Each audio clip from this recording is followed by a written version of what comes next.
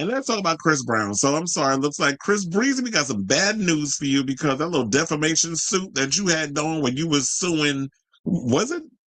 Wait, what channel was it on? Was it Peacock? Was it Paramount Plus? It was one of them damn channels. So there was a 2024 documentary called Chris Brown, A History of Violence, where he was trying to say that it was a bunch of lies that was made up about him speaking of grape and all the other stuff regarding him and that situation.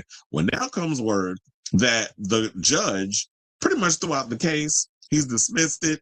And then that's the end of it. So Chris Brown's defamation lawsuit against the companies behind the 2024 documentary has been dismissed by the judge, as I said. Now, as reported by Billboard, a court order issued on Monday, January 12th, dismissed a $500 million defamation lawsuit, which Brown filed against Warner Brothers. Okay, it was Warner Brothers Discovery, WBD, and Ample Entertainment. Isn't Ample Entertainment Steven Spielberg? The 36-year-old singer-songwriter filed the lawsuit against last January and accused the team behind the project of promoting and publishing false information in the pursuit of likes, clicks, downloads, and dollars. The documentary delves into the various assault and SA allegations against Brown, including a woman who alleged that he R-worded her on Diddy's yacht in 2020.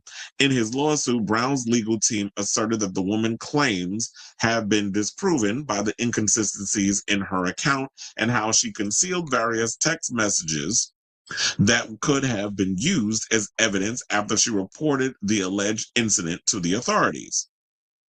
The court saying, quote, the court has personally viewed the entire documentary. The documentary recites most of the inconsistencies plaintiff notes, including the existence of the text messages. Judge Colin Lace wrote in the dismissal order, claiming that the documentary presents a balanced view. Media defendants thus presented a fair and true report of the woman's statements and the judicial record and proceedings. Brown's lawsuit also accused Warner Brothers Discovery and Ample Entertainment of defaming him it didn't take much to try to defame you, sir. I mean, you was out here doing that all on your lonesome. Defaming him with the inclusion of an interview with writer Scotchy Cole, I think is how you say the name, who said that Brown has a predisposition for punching women in the face. However, the judge argued that Brown previously admitted to punching the singer Rihanna. Well, he didn't admit it. We saw the pictures. And Brown presents no evidence that Scotchy Cole's opinions are false. In 2009, Brown assaulted his we already know the teacher. But for those of you who've been living under a rock, let's, I guess, entertain it. And we got some tea on Rihanna coming up later on in the show.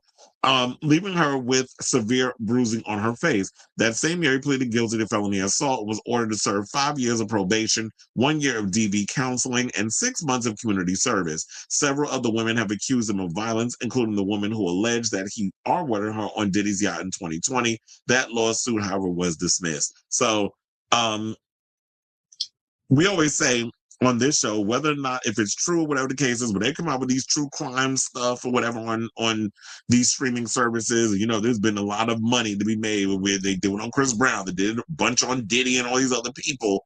People are going to believe, there's the court's opinion and the court of public opinion. And people are going to believe what they want to believe regardless. Whether or not you slice it, it's like, yeah, you lost on the deal. It was dismissed. They were like, there's no merit in this whole situation. So you take a big fat L on this. I'm sorry, Chris. But look, at the end of the day, the way I look at it, it hasn't hurt your career. You're still able to go out here and do stadiums and travel the world and do all these shows. It's like nothing touches you. He's like Teflon whenever it comes to stuff that's going on with him getting into it, whether it's people that he's worked with or people that apparently one guy said he got jumped by Chris and his crew. I don't know what's going on with that case. We haven't heard anything about that yet. There's always something, seems like trouble always seems to follow Chris. And regardless of the fact, kind of like Trey Songz, nothing touches you. So even though you lost this case, it is what it is. Let it go and move on because, like I said, it's not hurting your career any damn way. So what you got to be mad about? So I say all this to say, what do you guys think of this story regarding Chris Brown losing his defamation case against that History of Violence documentary that aired over on HBO? Well, Warner Brothers Discovery had it. So I guess it was HBO Max that you'll be able to see that. But anyway, let me know what you guys think of this story in the comments. down below.